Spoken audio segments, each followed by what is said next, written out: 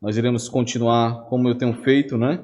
Sempre que tenho a oportunidade de pregar, na exposição do Evangelho segundo Marcos. Nós já estamos aí em próximo de 60 mensagens do Evangelho segundo Marcos, né?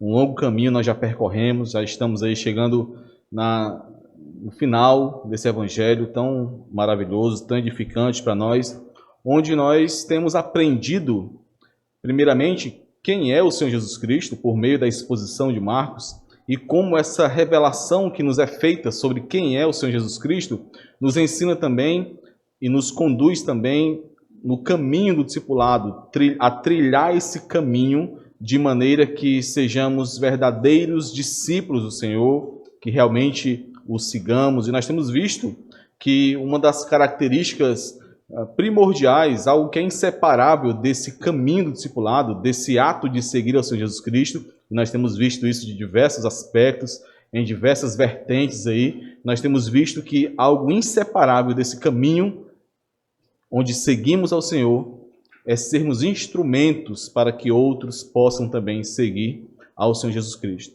É sermos aqueles que levam a misericórdia de Cristo a outros, a misericórdia de Deus a outros. É sermos aqueles que testemunham intencionalmente do Senhor Jesus Cristo para aqueles que não o conhecem, de forma que aqueles que não o conhecem, olhando para nós, seguidores de Cristo, imitadores de Cristo, imitando de acordo com o fundamento lançado pelos apóstolos, nós possamos também testemunhar dele, Cristo possa ser visto em nós e assim outros possam conhecer a Cristo. O tema da nossa mensagem de hoje, da nossa reflexão de hoje, está diretamente relacionado com esse testemunho de Cristo, né? Mas nos levando a refletir como acontece esse caminho do discipulado em meio à oposição que sempre surgirá. Em muitos momentos, no Evangelho segundo Marcos, nós vimos a oposição deste mundo e dos instrumentos deste mundo e de Satanás ao Senhor Jesus Cristo e, consequentemente, aos seus discípulos. Nós vimos vários momentos onde essa oposição aconteceu de forma muito pungente, ali, de forma a revelar-se diretamente ao Senhor Jesus Cristo.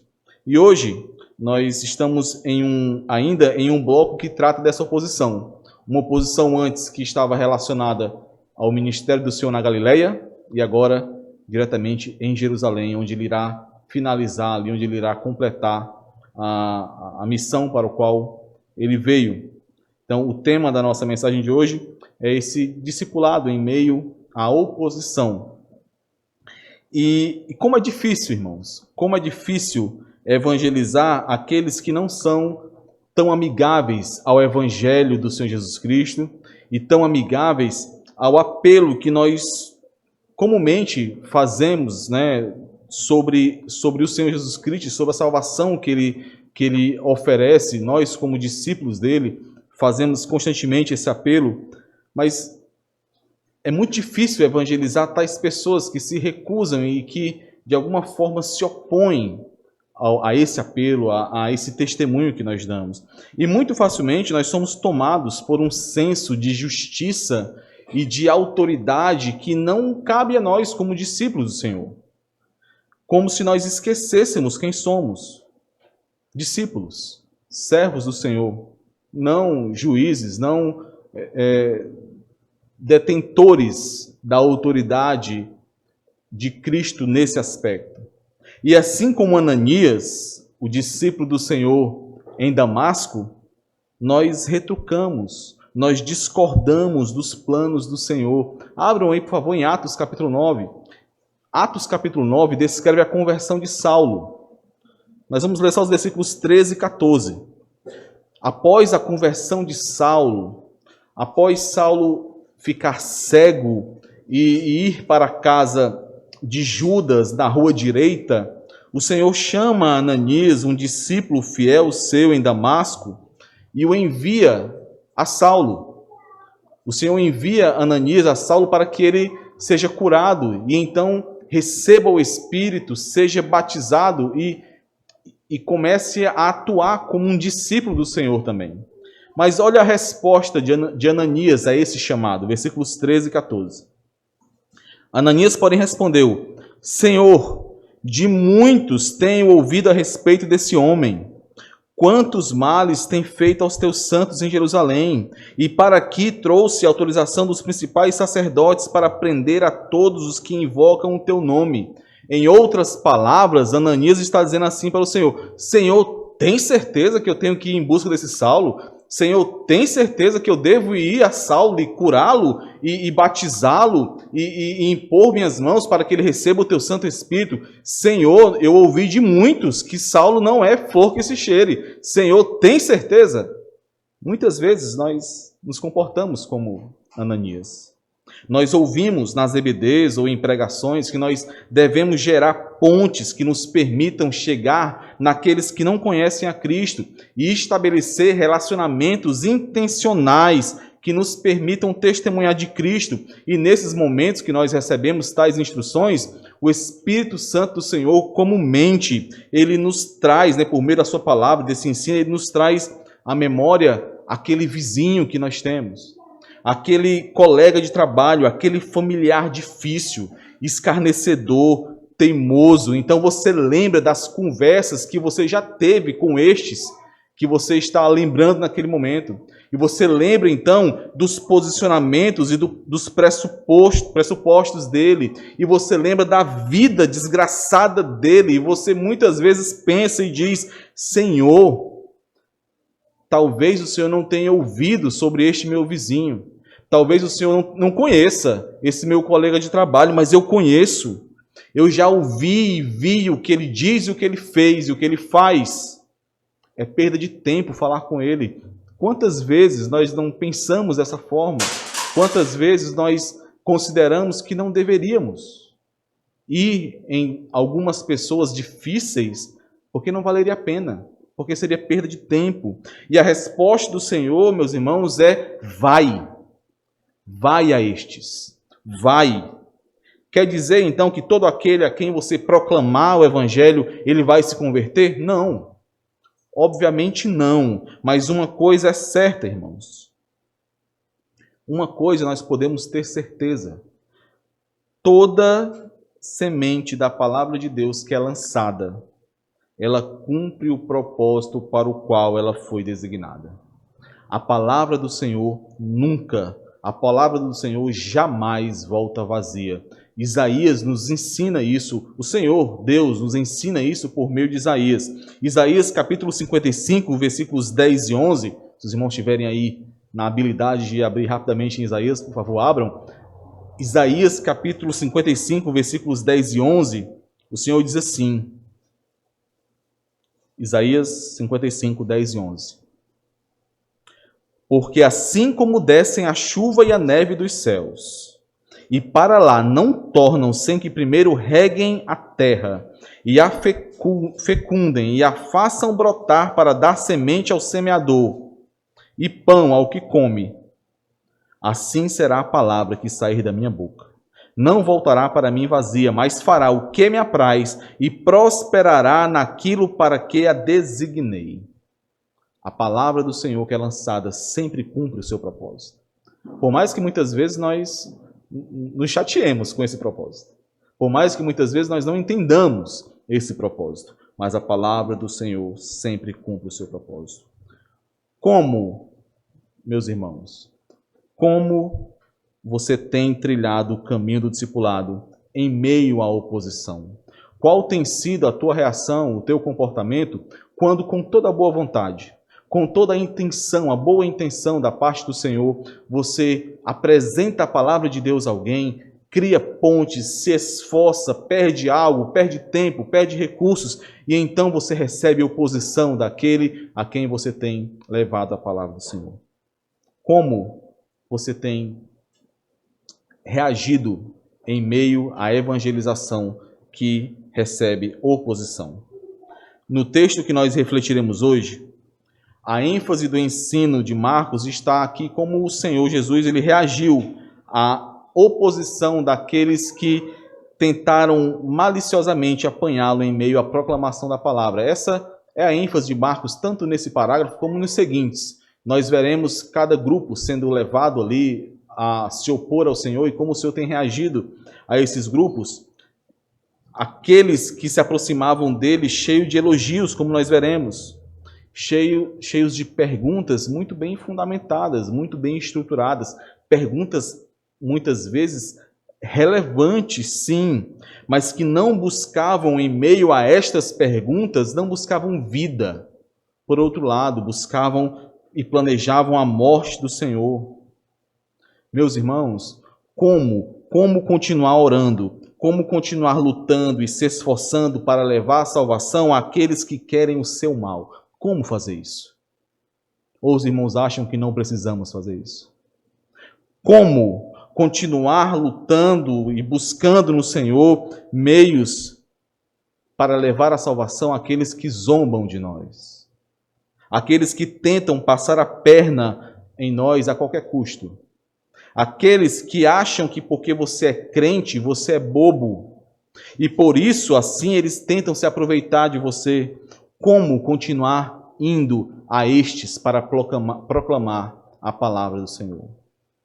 Somente olhando para o Senhor Jesus Cristo.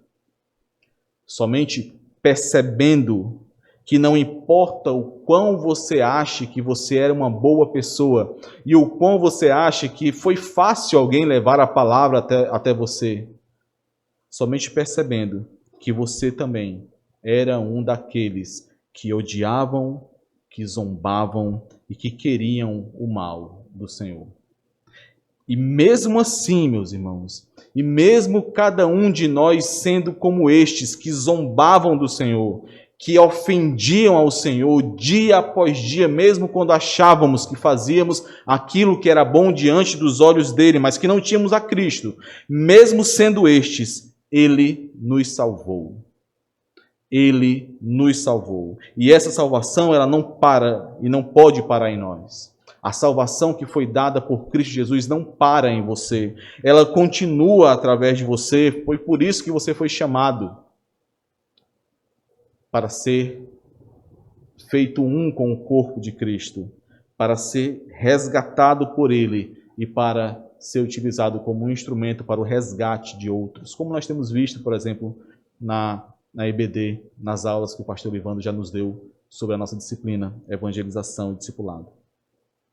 Nós veremos 2 pontos relacionados ao discipulado em meio à oposição. Nós veremos, primeiramente, o primeiro ponto é o perfil dos opositores do Evangelho. O perfil daqueles que se opõem ao Evangelho. O que nós devemos esperar dessa oposição? O que é que não pode nos gerar surpresa em meio a esse caminho onde nós levamos a palavra do Senhor a estes e estes se opõem ao Evangelho e se opõem a nós? Esse é o nosso primeiro ponto. O perfil dos opositores. O segundo ponto é como lidar com esses opositores. Seguindo o exemplo de Cristo, seguindo a forma como o Senhor conduziu essa oposição aqui nesse texto. Como lidar com os opositores do Evangelho? O que devemos fazer? Qual deve ser o nosso posicionamento diante desses opositores? Vamos orar mais uma vez, irmãos? Vamos curvar nossas cabeças e orar. Senhor amado, a Tua palavra é fonte de vida e somente o Teu Santo Espírito pode nos conduzir a esse alimento, a essa vida que flui da Tua palavra. Nós te pedimos por Tua misericórdia, Senhor. Derrama sobre nós o alimento do alto. Nos nutre por meio da Tua palavra, nos edifica. Não é um simples momento em que nós aqui nos reunimos, mas nesse culto ao Senhor nós clamamos por esse alimento, de forma que possamos ser edificados pelo Senhor, munidos, preparados, Senhor, para que possamos enfrentar as lutas que certamente lutaremos ao longo dessa semana, para que possamos cumprir o chamado para o qual o Senhor nos chamou, para que possamos, Senhor, viver de maneira digna do Teu Santo Evangelho, seguindo ao Senhor Jesus Cristo e conduzindo outros a seguirem a Ele. Nos ajuda, remove as barreiras que se levantam quando a Tua palavra é pregada, ilumina as nossas mentes e baixa as nossas guardas, para que nossos corações sejam, Senhor, perfurados mais uma vez pela Tua palavra, e então corramos aos Teus pés, clamando por Tua misericórdia. No nome do Senhor Jesus Cristo nós te pedimos, Senhor. Amém. No primeiro ponto, meus irmãos, nós temos o perfil dos opositores. O que nós devemos esperar dessa oposição ao Evangelho? Após a entrada triunfal do Senhor Jesus Cristo em Jerusalém, como nós vimos no começo do capítulo 11, nós vimos que após ele manifestar a sua autoridade divina, a autoridade de Deus ali no templo em Jerusalém, os líderes da nação de Israel intensificaram a oposição homicida que eles já haviam manifestado desde o capítulo 3 de Marcos. Se os irmãos lembrarem, lá na Galileia, em uma sinagoga, após o Senhor curar ali um homem que tinha a mão atrofiada, nós vimos no comecinho do capítulo 3 que os enviados pelo sinédrio desses líderes já confabulavam entre si, já planejavam a morte do Senhor Jesus Cristo. E aqui nós temos essa oposição sendo intensificada em Jerusalém. Nós vimos que logo após expulsar aqueles que compravam e vendiam no templo de Jerusalém, os líderes, aqueles que faziam parte do sinédrio de Jerusalém, que lideravam ali a nação dos judeus, estes foram em direção ao Senhor Jesus Cristo. Eles já tinham um plano muito bem definido, eles queriam matar ao Senhor, mas eles foram em direção a Ele para tentar fazer isso sem que o povo reagisse contra eles. Então eles foram primeiro questionar a fonte da sua autoridade, e eles ouviram a parábola dos lavradores maus e entenderam que o Senhor Jesus falou sobre eles. Eles entenderam que naquele momento eles estavam exatamente cumprindo aquela parábola, querendo matar o filho que foi enviado como a máxima expressão da misericórdia de Deus. E de forma ainda mais intensa, após entenderem essa parábola, eles buscavam prender o Senhor Jesus Cristo para matá-lo, mas temendo o povo se retiravam. Os irmãos devem ter percebido isso. Nós encontramos essa expressão algumas vezes em Marcos, no capítulo 11 e 12. Eles não temiam a Deus, eles temiam o povo, temiam perder a fonte do seu poder, eles achavam que o seu poder vinha do povo. Então eles temiam perder o seu poder e temiam desagradar o povo. Depois do que viram na parábola dos lavradores maus, eles mudaram de estratégia. Foi o que eles fizeram. Eles se dividiram em grupos táticos e começaram a enviar suas forças especiais de forma separada, o que nós encontramos nos próximos parágrafos, não é isso? Eles queriam agora minar o prestígio do Senhor Jesus Cristo com aquele povo que o admirava, para que assim fosse mais fácil de prender ao Senhor e matá-lo. A primeira armadilha em forma de pergunta para tentar minar essa autoridade do Senhor diante do povo, esse prestígio do Senhor diante do povo, a primeira armadilha foi de cunho político, que é o que nós lemos hoje, que nós refletiremos hoje, essa questão do tributo, dos versículos 13 a 17. A segunda e a terceira pergunta foram de cunho teológico, para tentar minar ali a autoridade do Senhor diante do povo. Obviamente, meus irmãos, mesmo que o nosso foco hoje nessa reflexão, nesse texto, seja observar e aprender como o Senhor Jesus Cristo reagiu à oposição que foi feita a ele, existe um ensino aqui importantíssimo acerca da submissão de todo cristão às autoridades que são constituídas por Deus. Claro que essa submissão tem um limite. Ela vai até o limite em que estas autoridades não queiram ocupar o papel que só cabe a Deus. O Senhor ensina isso aqui nesse texto, e é preciso perceber, dentro desse contexto político, dentro desse contexto onde os fariseus e herodianos aqui queriam colocar o Senhor ou contra o Estado romano ou contra o povo ali de Jerusalém, é preciso perceber o quão sagaz e perigosa era essa pergunta. Para os fariseus e herodianos, eles tinham construído uma armadilha sem saída para o Senhor Jesus Cristo. Não tinha como ele responder de uma forma em que ele saísse ganhando naquela pergunta. Se ele respondesse que era lícito pagar tributo a César, ele perderia o apoio do povo, porque para o povo o tributo a César não era somente uma questão de recurso, embora o povo fosse pobre e passasse problemas por isso. A questão do tributo a César era de reconhecer toda a autoridade do domínio romano sobre o povo judeu, sobre o povo de Deus sendo subjugado por outro povo. Se ele respondesse, se o Senhor respondesse por outro lado, que eles não deveriam pagar tributo a César, ele seria acusado de traição contra Roma, de insurreição, e seria preso naquele momento. Mas o Senhor, sabiamente, ele responde com a verdade a essa armadilha que foi montada. Assim como o apóstolo Paulo, algumas décadas depois, sintetiza esse ensino, lá em Romanos capítulo 13, aquele famoso versículo 1 de Romanos capítulo 13, onde ele diz que todo homem seja sujeito às autoridades superiores, porque não há autoridade que não proceda de Deus, e as autoridades que existem foram por ele instituídas. O Senhor Jesus Cristo está ensinando aqui também que o governo humano é estabelecido por Deus para o nosso bem. Que o governo humano não emana do povo, mas do próprio Deus. É o Senhor Deus que, com toda a sua autoridade, dá autoridade a quem Ele quer. E como autoridade estabelecida por Deus, a essa autoridade, é devido tributo, imposto, respeito e honra. É só ler Romanos capítulo 13, depois os irmãos vão ter o resumo dessa doutrina feito por Paulo.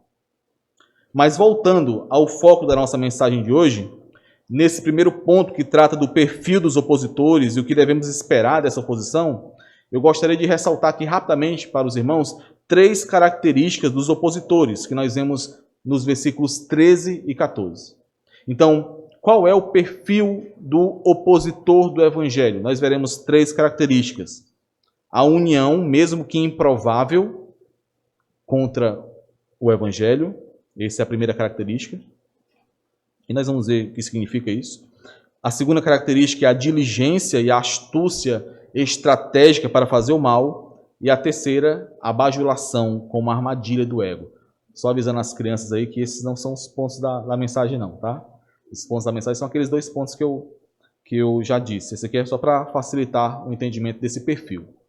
Então, qual é o perfil daqueles que se opõem ao Evangelho? Primeira característica desse perfil é a união, mesmo que improvável, contra o Evangelho. Vamos ler de novo versículos 13 e 14.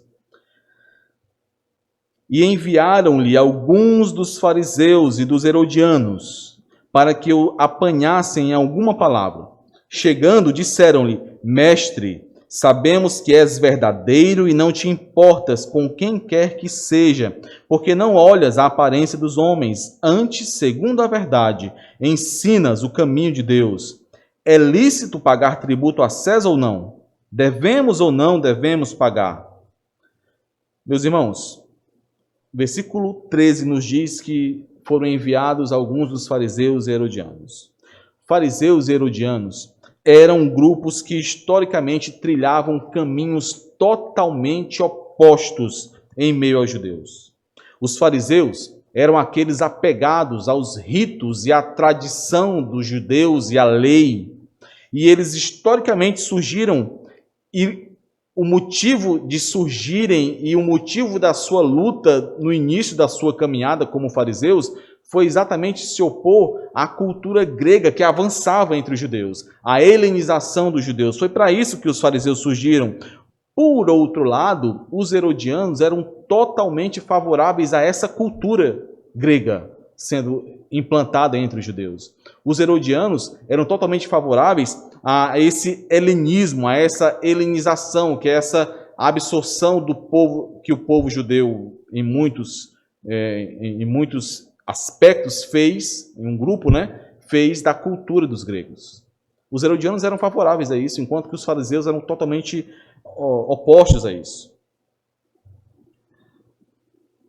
Os fariseus, eles não aceitavam de bom grado, pelo menos os mais fiéis à sua convicção, não aceitavam de bom grado o governo de Herodes e o governo romano. Já os herodianos não, como o próprio nome já sugere, eles aceitavam de bom grado em troca das benesses e das vantagens que eles recebiam do governo romano, eles aceitavam que Herodes influenciado por Roma, ou permitido por Roma, governasse ali sobre parte dos judeus. O bispo J.C. Ryle, um teólogo muito conhecido, né? Ele diz, olhando para esse texto e fazendo uma comparação direta dos fariseus como aqueles que professam uma religião vazia nos dias de hoje e dos herodianos como aqueles que vivem em um mundanismo, mesmo em meio próximo ali ao povo de Deus, né? Esse bispo J.C. Ryle, ele diz que as pessoas adeptas ao mundanismo, em paralelo com os herodianos, e aqueles que professam uma religião vazia e formal, eles não têm simpatia nenhum pelo outro. Eles não têm pontos de conexão em relação aos seus princípios, em relação àquilo que eles creem. Eles não gostam dos princípios uns dos outros, eles desprezam o caminho uns dos outros. Contudo, há uma coisa que ambos desgostam mais, que é o puro evangelho de Jesus Cristo. E então, onde quer que haja uma chance de se opor ao evangelho, nós sempre, independente da época, independente da sociedade em que nós vivamos, nós sempre veremos esses dois grupos que são antagônicos, que são opostos, agindo juntos em aliança para resistirem a Cristo. Nós vemos isso nos dias de hoje. Aqueles que se juntam, mesmo em meio a um mundanismo, que não se ligam em nada com Deus, e aqueles que professam um tipo de religião vazia, sem compromisso com o Senhor, eles têm princípios distintos, é verdade, mas sempre se unem em favor de combater o Evangelho. Não podemos esperar coerência, não podemos esperar constância de princípios ou de caráter daqueles que se opõem ao Evangelho, irmãos. Muito provavelmente estes, quando encurralados, estes lançarão mão de estratégias que nós nem imaginamos para combater o Evangelho. E nós devemos estar atentos a isso.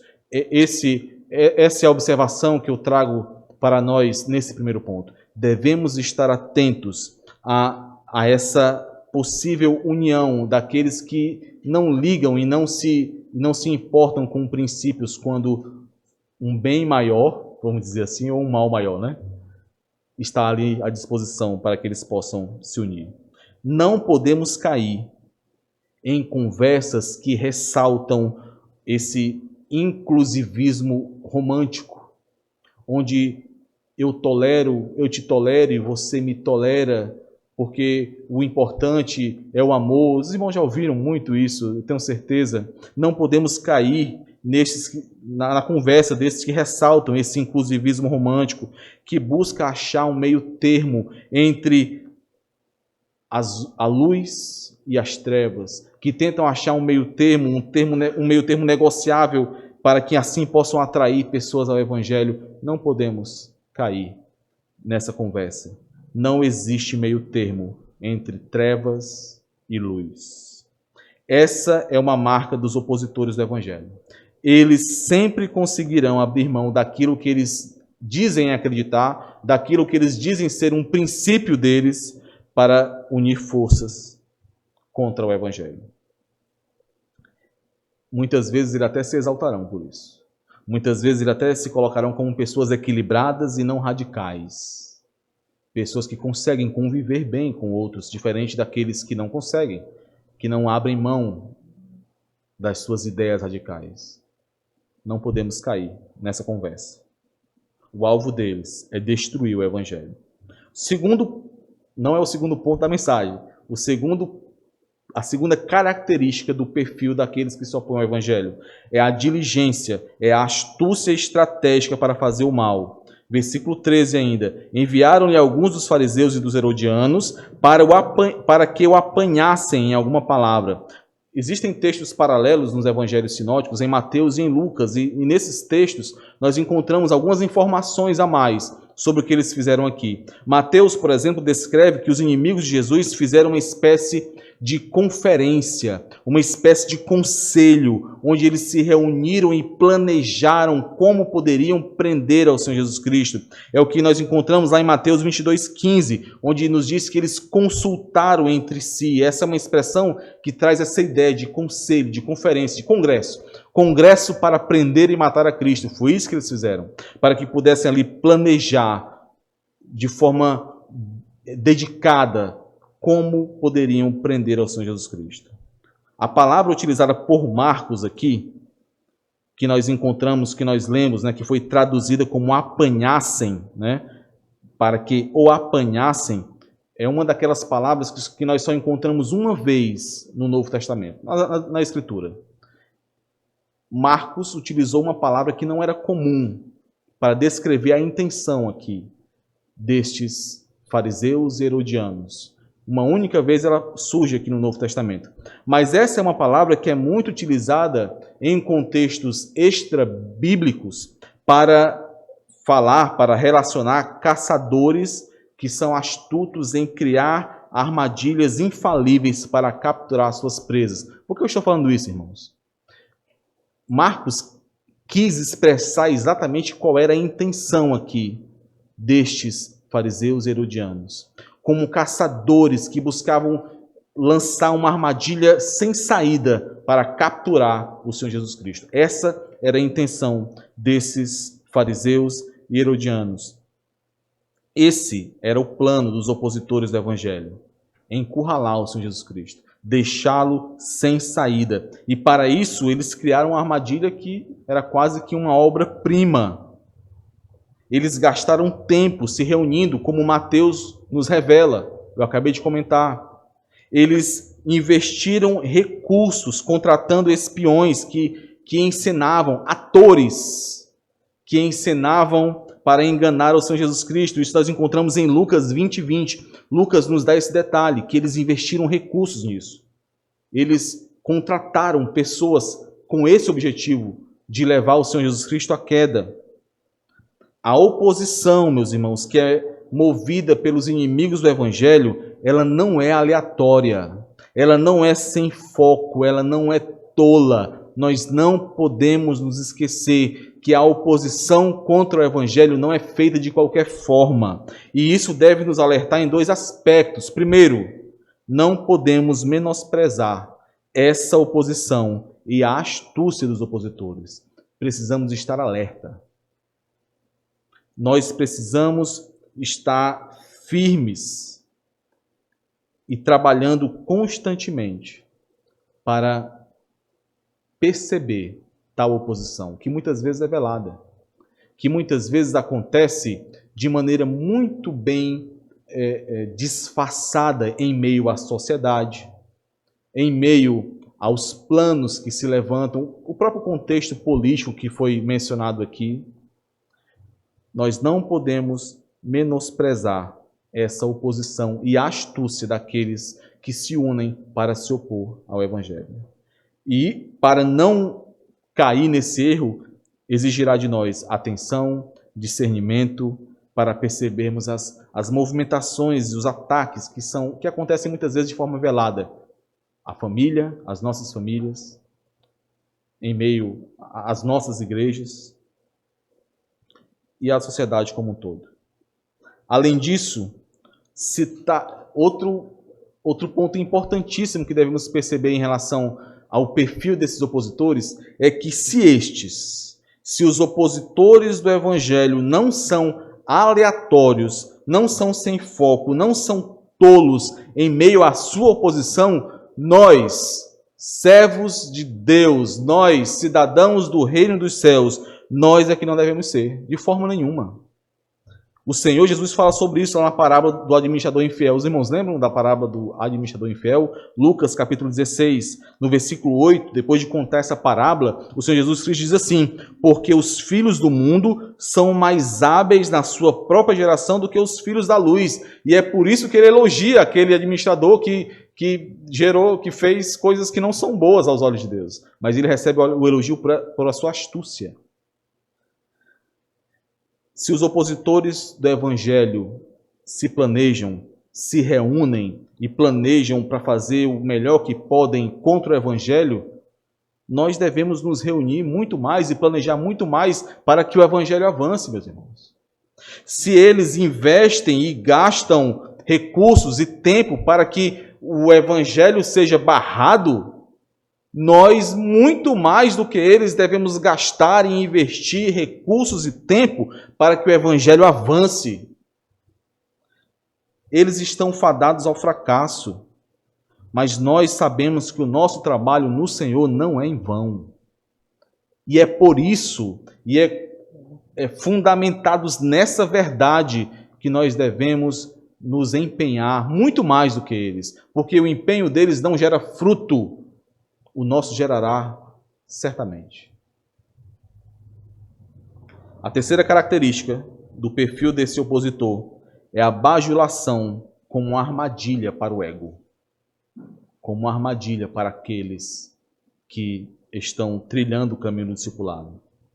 Versículo 14 de Marcos 12. Chegando, disseram-lhe: Mestre, sabemos que és verdadeiro e não te importas com quem quer que seja, porque não olhas a aparência dos homens. Antes, segundo a verdade, ensinas o caminho de Deus. É lícito pagar tributo a César ou não? Devemos ou não devemos pagar? Os opositores chegaram aqui de forma muito mansa, irmãos. Chegaram elogiando ao Senhor Jesus Cristo. Tudo que eles falaram aqui é verdade. Tudo que eles expressaram sobre o Senhor Jesus Cristo é a mais pura verdade. E isso pesa ainda mais sobre eles, porque eles falaram a verdade, mas não ouviram a própria verdade que falaram. Aquilo que saía pela boca deles era veneno que tinha como alvo capturar o Senhor Jesus Cristo, lançar tropeço diante dele, tentá-lo por meio do orgulho, da vaidade, do ego, para somente depois entrar com um golpe fatal. Essa, meus irmãos, sempre será uma estratégia de Satanás e de todo opositor do Evangelho, laçar-nos por meio do ego. Nós já ouvimos muito isso aqui. Como o nosso ego é perigoso e como todas as vezes que nós optamos por alimentar esse ego e fortalecer e defender esse ego, nós falhamos para com o Senhor.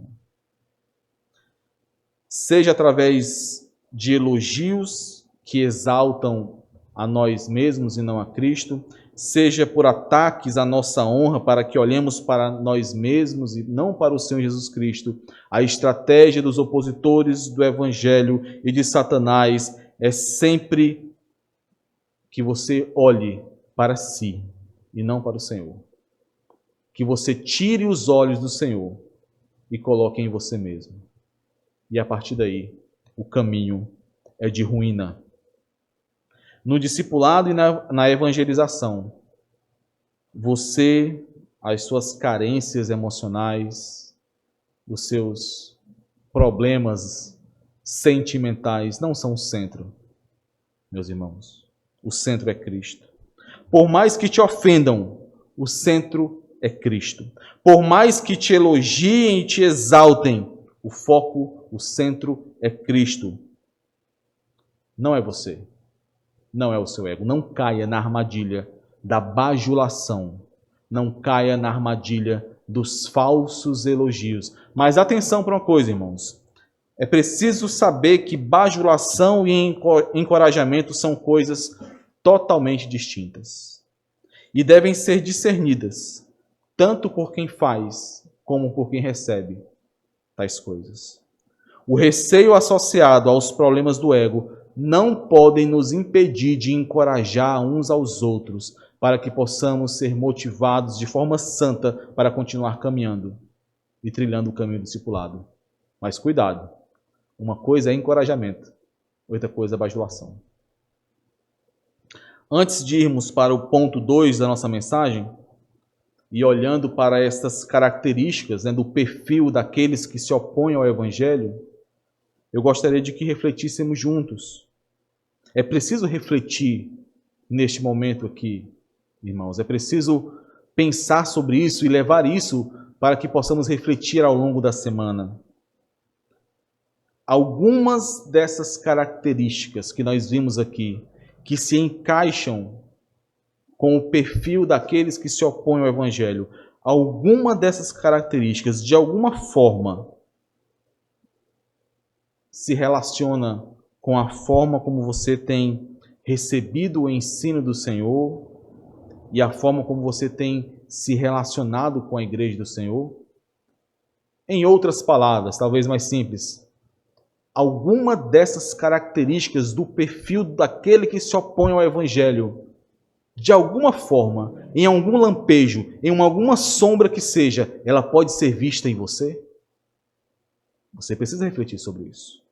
Porque caso sim, meus irmãos, caso sim, se de alguma forma alguma dessas características puder ser vista em você, pode ser que ao invés de ser um cooperador do Evangelho, como você tem pensado que tem sido, você esteja se opondo ao Evangelho. Nós vimos um pouquinho disso hoje pela manhã, os irmãos lembram? Muitas vezes os discípulos achavam que estavam cooperando com o Evangelho do Senhor Jesus Cristo, mas não estavam. Estavam se opondo, estavam lutando contra, porque não cogitavam das coisas do alto, e sim das coisas dos homens. Reflitam sobre isso. Devemos refletir sobre isso.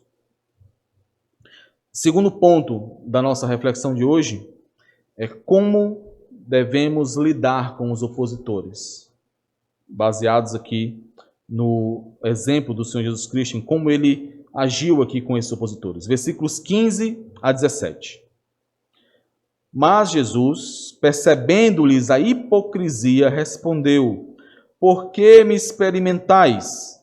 Trazei-me um denário para que eu veja. E eles lhe trouxeram.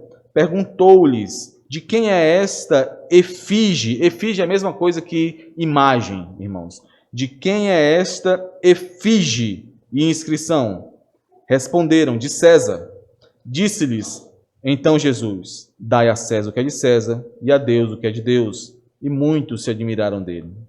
Assim como no nosso primeiro ponto eu apresentei 3 características, né, desse perfil dos opositores, eu quero ressaltar com os irmãos aqui agora 2 características da forma como o Senhor Jesus Cristo lidou com esses opositores do Evangelho. E assim nós devemos lidar, devemos tratar a oposição em meio ao caminho do discipulado. A primeira dessas características é discernimento.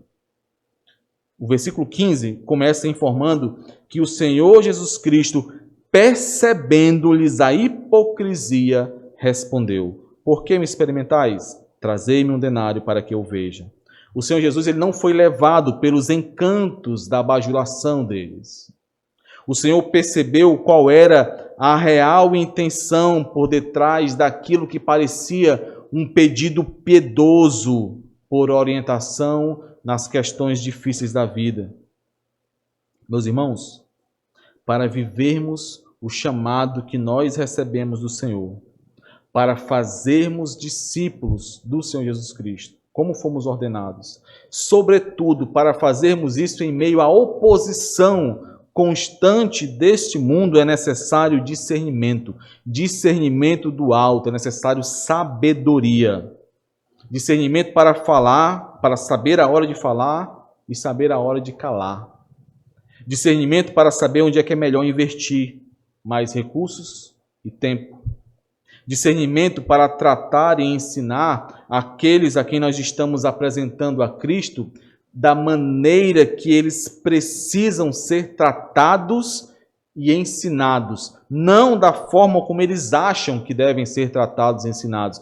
Muitas vezes, ao tentar agradar aqueles a quem nós estamos testemunhando de Cristo, nós podemos estar prejudicando a eles, levando-os para mais distante de Cristo.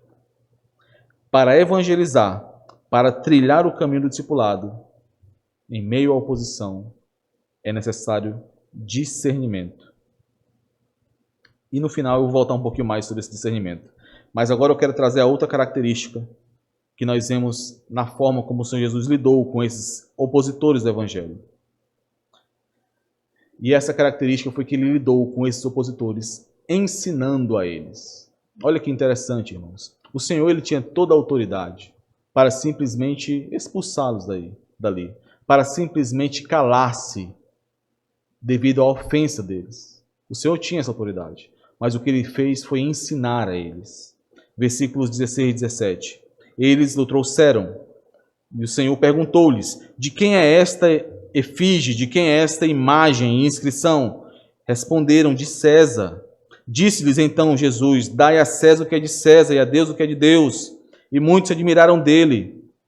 Essa palavra aqui, que é traduzida como efígie, e que é semelhante, é um sinônimo de imagem, como até o texto já nos deixa bem claro aqui, né, irmãos? Ela aparece na Septuaginta, e eu vou explicar, lembrar os irmãos o que é a Septuaginta. A Septuaginta é aquela versão do Antigo Testamento que foi traduzida do hebraico para o grego no período ali entre o terceiro e o primeiro século antes de Cristo.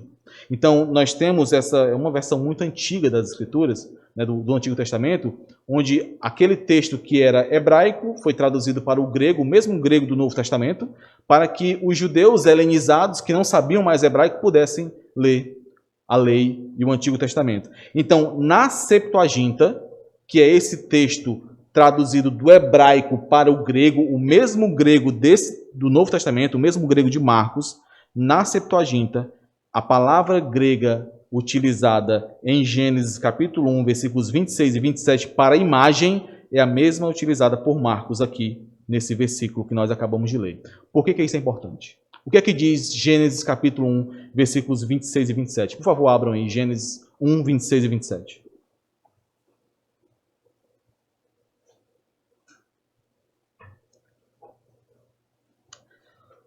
Criação do homem, né? Gênesis capítulo 1, versículos 26 e 27. Não desmarca Marcos, senão vamos já voltar para lá. Também disse Deus: façamos o homem à nossa imagem. Então, observem.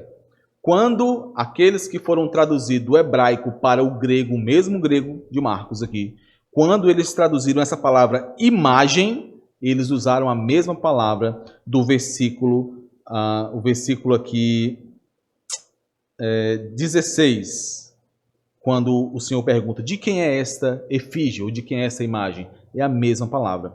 Voltando para Gênesis, também disse Deus: façamos o homem à nossa imagem, conforme a nossa semelhança. Tenha ele domínio sobre os peixes do mar, sobre as aves dos céus, sobre os animais domésticos, sobre toda a terra e sobre todos os répteis que rastejam pela terra.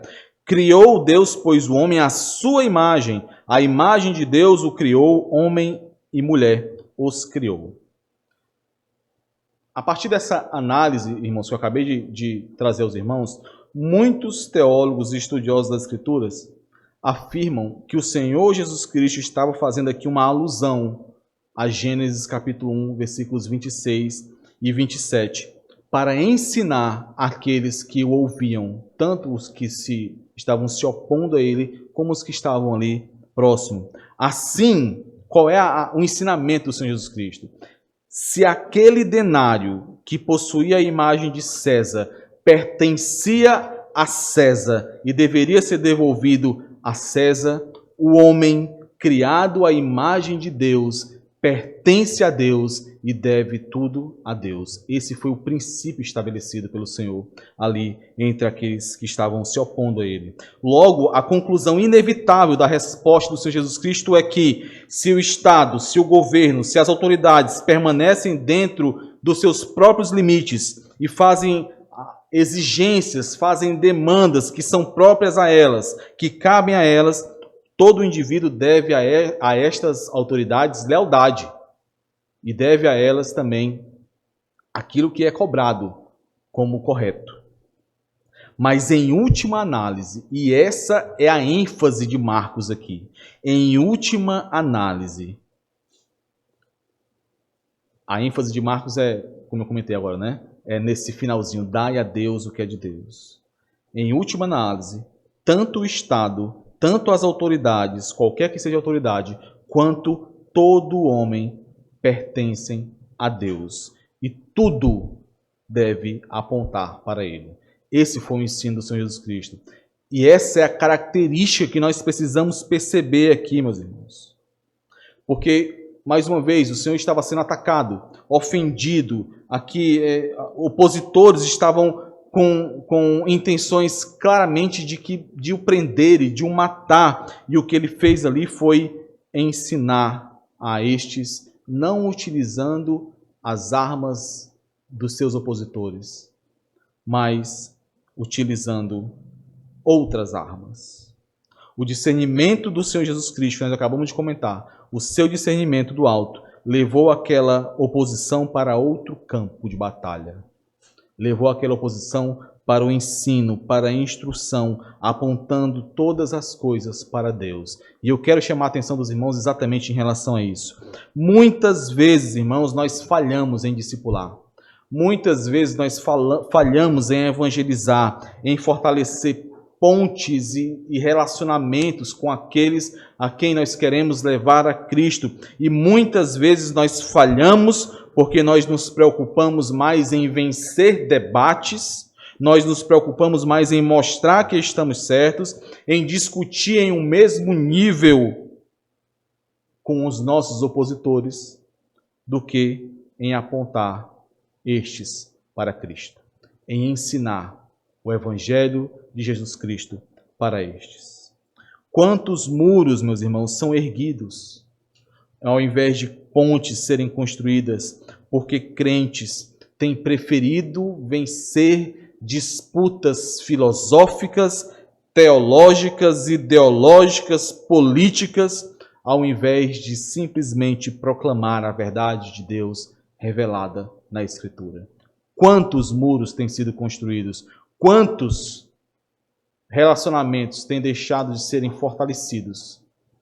Porque muitas vezes o mais importante para nós tem sido nos colocarmos como autoridades teológicas, autoridades políticas, autoridades filosóficas, ao invés de simplesmente apresentar o santo evangelho de Deus àqueles que precisam ouvi-lo.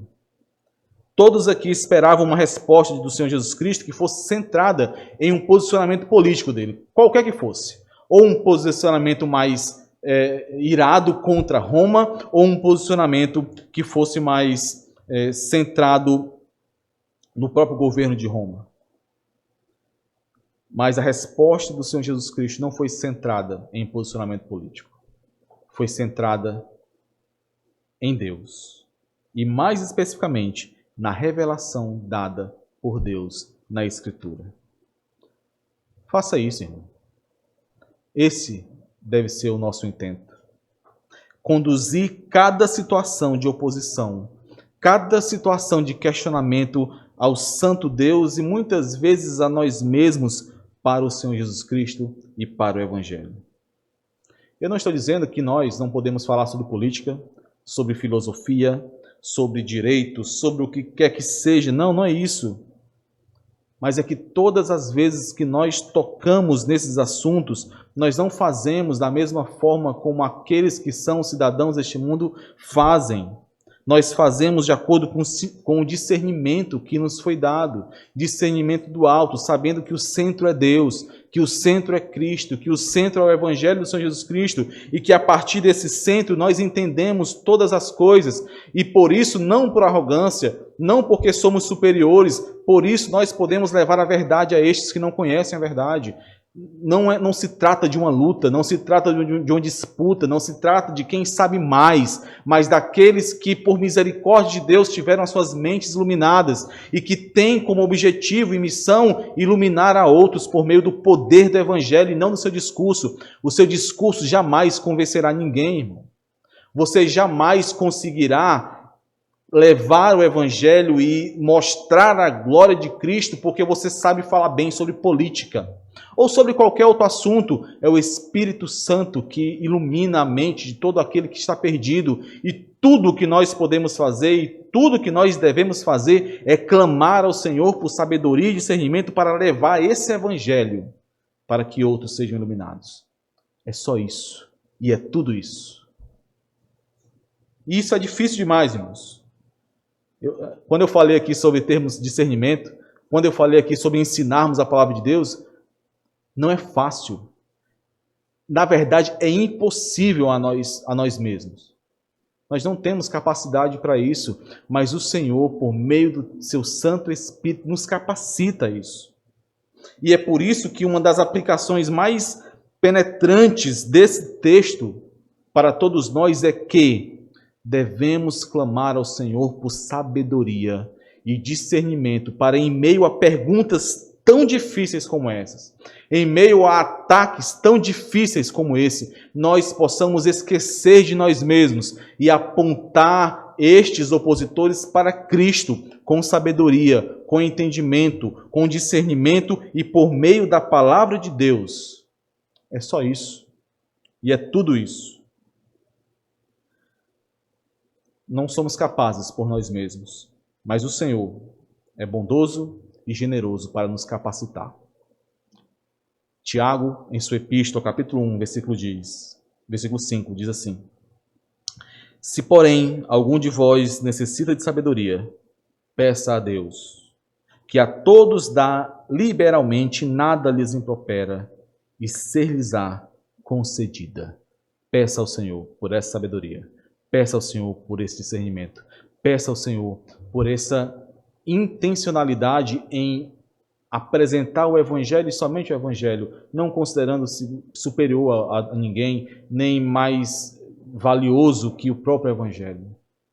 Peça ao Senhor e certamente Ele nos abençoará com isso. Vamos orar, irmãos. Santo Deus, Pai amado, é impossível por nossa força, por nossas habilidades, nós levarmos a salvação a outros, nós levarmos a Tua palavra a outros e convencermos a outros. Mas Tu podes, Senhor. O Teu Santo Espírito tem todo o poder para isso e de forma tão misericordiosa nos escolheu para isso e nos utiliza como instrumentos para a salvação de outros, salvação que nós mesmos recebemos pela graça, pela Tua misericórdia.